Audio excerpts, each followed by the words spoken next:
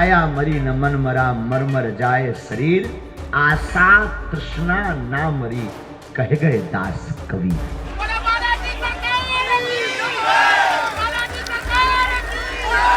कि आप देख सकते हैं कि इतनी रात है और उस रात में भी बाबा की चौपाल लगी हुई है। काफ़ी सारे लोग उनको सुन रहे हैं और बाबा इस समय 1-1:30 बजने पे हैं और ये चौपाल लगी है। लोग उनको सुनने के लिए सैकड़ों हजारों लोग इस मैदान में जमा हैं। वैसे तो कुछ लोग ये भी सोच रहे कि एक तो बाबा 12 बजे प्रकट हुआ है, ऊपर से प्रवचन ठोक रहा है।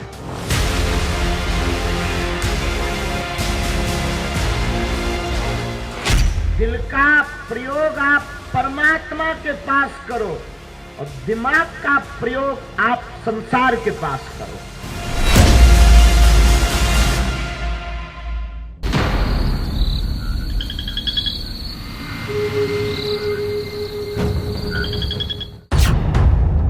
जगह मध्य प्रदेश का सागर, मौका बाबा बागेश्वर का दरबार, वक्त देर रात करीब 1 बजे।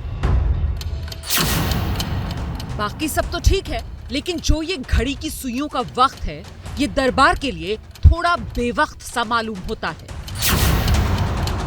शायद ही देश के किसी कोने में किसी कथावाचक का दरबार रात के 1 बजे के बाद लगाया जाता हो।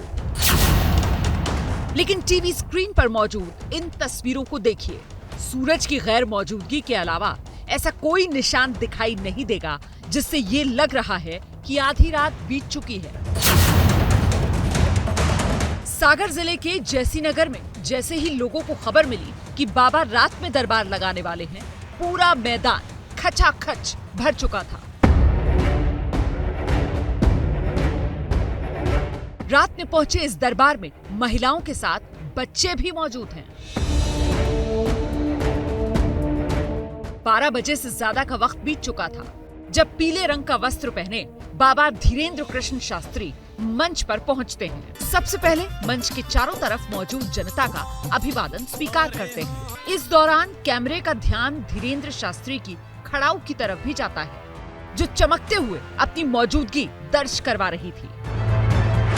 खुले में लगे इस मंच पर सफेद रंग का सोफा रखा हुआ था।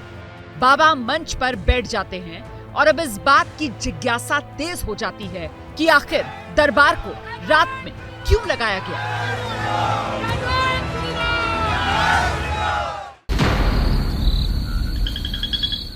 अब तक आपने बागेश्वर बाबा यानी कि धीरेन्द्र शास्त्री को दिन में कथा गाते सुना होगा, दिन में दरबार लगाते सुना होगा, मगर अब बाबा ने एक नई परंपरा शुरू की है, वो है रात में चौपाल लगाना।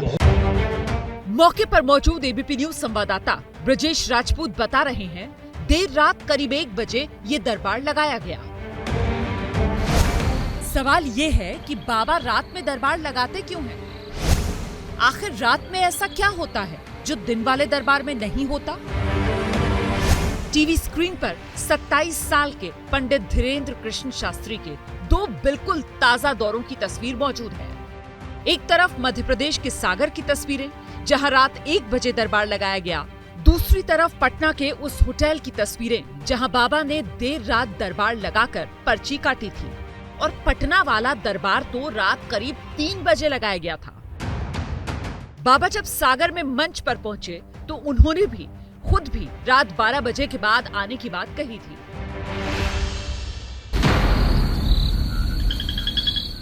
वैसे तो कुछ लोग ये भी सोच रहे कि एक तो बाबा 12 बजे प्रकट हुआ है,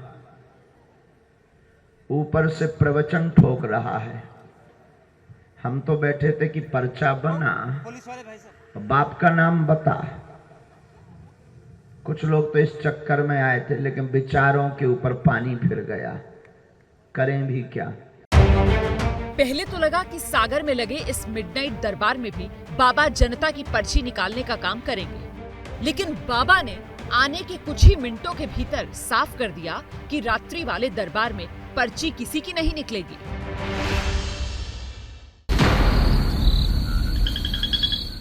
पर्चा से सिर्फ आपकी 2-3 समस्याओं का समाधान मिल सकता है, लेकिन बालाजी की चर्चा से जिंदगी की हर समस्या का समाधान मिल सकता है। अब आपको निर्णय करना है कि सिर्फ 2-3 समस्या का समाधान चाहिए या प्रत्येक समस्या का। और प्रत्येक का चाहिए तो हमारा चक्कर छोड़ दो, उठ जाओ, निकल जाओ घर, पानी पी के सो जाना। दूसरे दिन सुबह होवे तो नई जिंदगी की शुरुआत करना और हनुमान जी के मंदिर में बागेश्वर बालाजी का ध्यान करके कह देना, तुम हमारे हो गए और हम तुम्हारे हो गए। हम पर्चा बनाने आए ही नहीं हैं, हम बालाजी की चर्चा करने आए।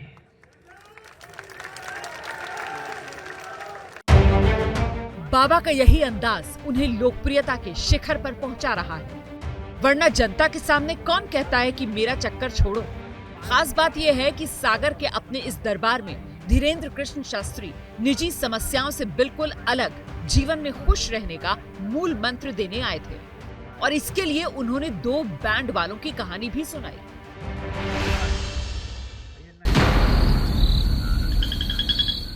दरअसल नजरिया ही परेशानी है। किसी बारात में 2 बैंड बाजा वाले बजाने के लिए गए,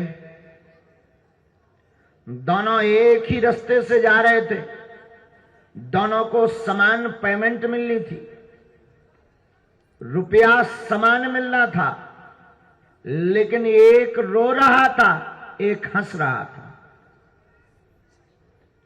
जो रो रहा था उससे पूछा कि तुम रो क्यों रहे? उसने कहा कि मुझे लग रहा कि मैं कब ये बारात पूरी करूं, कब घर जाऊं, मेरा दिमाग खराब है। और ये नाचने वाले हैं कि हर 2-2 मिनट में नागिन डांस करने आ जाते हैं, और अगर कोई नाचने वाला आ जाए तो उसका दिमाग खराब कि अभी 1 घंटा ये और खाएगा नागिन बनकर। जो दूसरा हंस रहा था उससे पूछा कि तुम क्यों हंस रहे हो, क्या तुमको ज्यादा पेमेंट मिलनी है या तुम्हें जल्दी जाना नहीं है? उसने कहा नहीं, मुझे पेमेंट भी समान मिलनी है और मुझे जाना भी जल्दी है, लेकिन मैं हंस इसीलिए रहा हूं कि आज कोई ठीक ठाक से नाचने वाला नहीं मिला।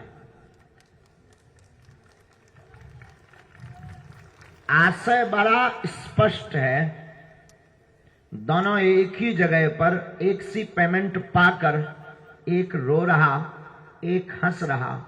यही जिंदगी है।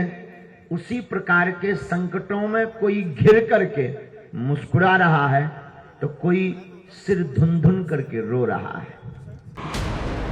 दरअसल बाबा ने रात वाले इस दरबार को प्रश्नोत्तरी का नाम दिया।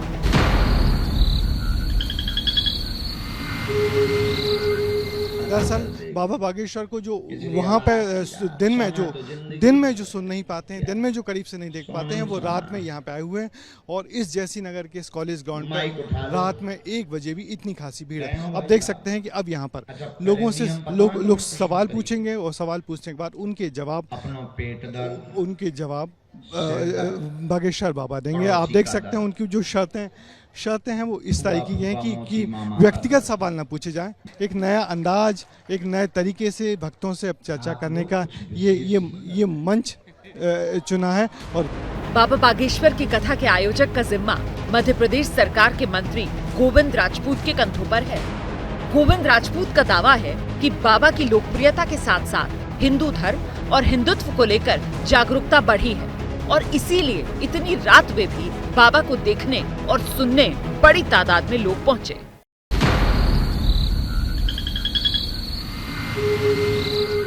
अभी जो आप देख रहे हैं ये प्रश्नोत्तरी है। ये नया शुरू किया है। ये प्रश्नोत्तरी में लोग व्यक्तिगत बात नहीं पूछते, राष्ट्र हित की बात पूछते हैं, धर्म की बात पूछते हैं, हिंदुत्व की बात पूछते हैं। जो उसके मन में ऐसे विचार हैं जो सार्वजनिक विचार हैं, उन पर प्रश्नोत्तरी हो रहा है। आप खुद देख रहे हो। या धर्म के प्रति लोगों का रुझान बढ़ रहा है। देखिए, बाबा जी के प्रति तो लोगों की आस्था है, लेकिन मैं देख रहा हूं कि धर्म के प्रति अटूट आस्था, हिंदुत्व के प्रति अटूट आस्था लोगों में बढ़ रही है। बाबा बागेश्वर और हिंदुत्व, ये दोनों नाम साथ साथ चलते हैं।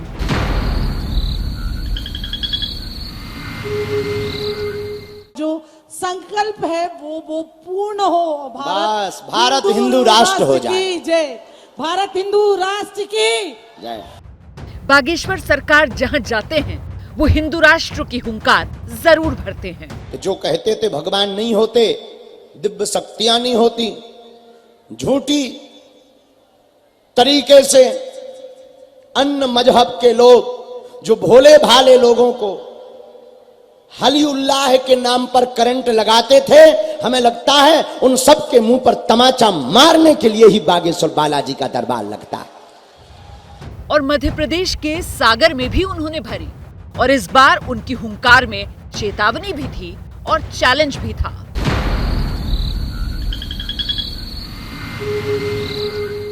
बड़े बड़े कैमरा बागेश्वर धाम की पोल खोलने आ रहे, लेकिन खुद खुलवा कर जा रहे। भगवान होते भी हैं कि नहीं, ये सब कपोल कल्पना है। महात्मा तो पाखंडी होते हैं, धर्म तो धंधा होता है, अंधविश्वास है, कहीं नहीं है, सब अपने ही लोग बैठा लेते। तुम्हारी ठटरी बार दे भी हम न कटा, कभी हमारे राउंड में फंसना भी मत। हाँ, और ज्यादा तुम्हें लुकी हो कर लेना सामना, गीला करके घर भेजेंगे हम तुम्हें, गीला करके। के सनातन धर्म के संतों को छोड़कर कोई भी मजहब का व्यक्ति हमारा सामना कर ले, हम ललकार कर उसको बुला रहे हैं। सागर में आचार्य धीरेन्द्र कृष्ण शास्त्री के दरबार में केरल से एक महिला पहुंची, तो बाबा ने पूछ लिया कि फिल्म द केरल स्टोरी में जो दिखाया गया क्या वो सत्य है।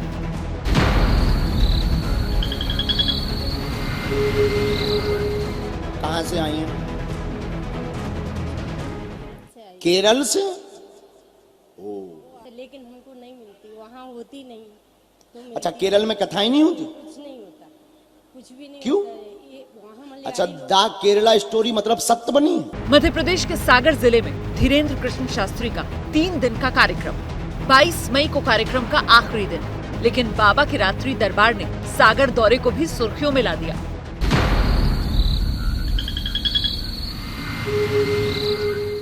पागलो, एक बात तुम याद रखना, ये संसार में परेशानी कुछ होती नहीं है, केवल और केवल नजरिया ही हमारी परेशानी है।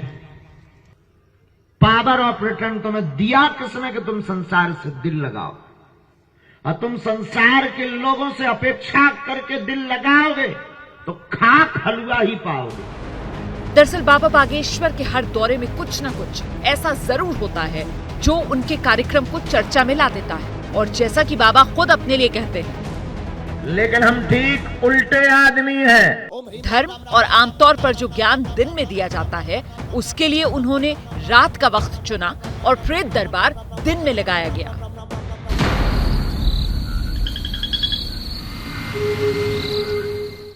अब जिनको ऊपरी बाधा है वो दोनों हाथों की मुट्ठी बांध लो। जिनको ऊपरी बाधा है वो दोनों हाथों की मुट्ठी बांध लो। हम इकट्ठी अर्जी स्वीकार करवा देते हैं, उनको बंधवा देते। जैसे ही पंडित धीरेन्द्र कृष्ण शास्त्री मंच से प्रेत बाधा से छुटकारा की विधि बताने का ऐलान करते हैं, पूरे दरबार में अचानक से हलचल होने लगती है। दिन के उजाले में भक्तों से भरे पंडाल में बाबा के आदेश पर दरबार में भूत प्रेत का तांडव शुरू होता है, जिसे ऊपरी बाधा से मुक्ति का नाम दिया जाता है।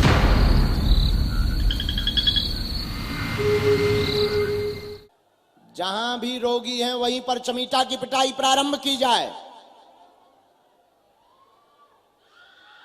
कोई उठेगा नहीं, अपनी अपनी जगह पर रहो, बैठ जाओ।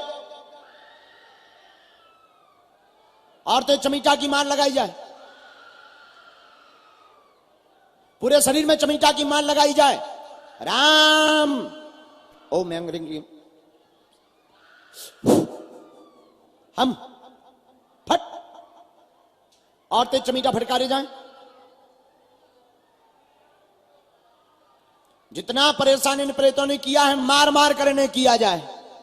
खास बात यह है कि बागेश्वर धाम वाले धीरेन्द्र कृष्ण शास्त्री हजारों की भीड़ को ये बताना नहीं भूलते कि भूत प्रेत की इस ऊपरी बाधा को दूर करने के लिए दूसरे मजहब के तांत्रिकों के चक्कर में पड़कर अपनी कमाई बर्बाद करने की जरूरत बिल्कुल नहीं है।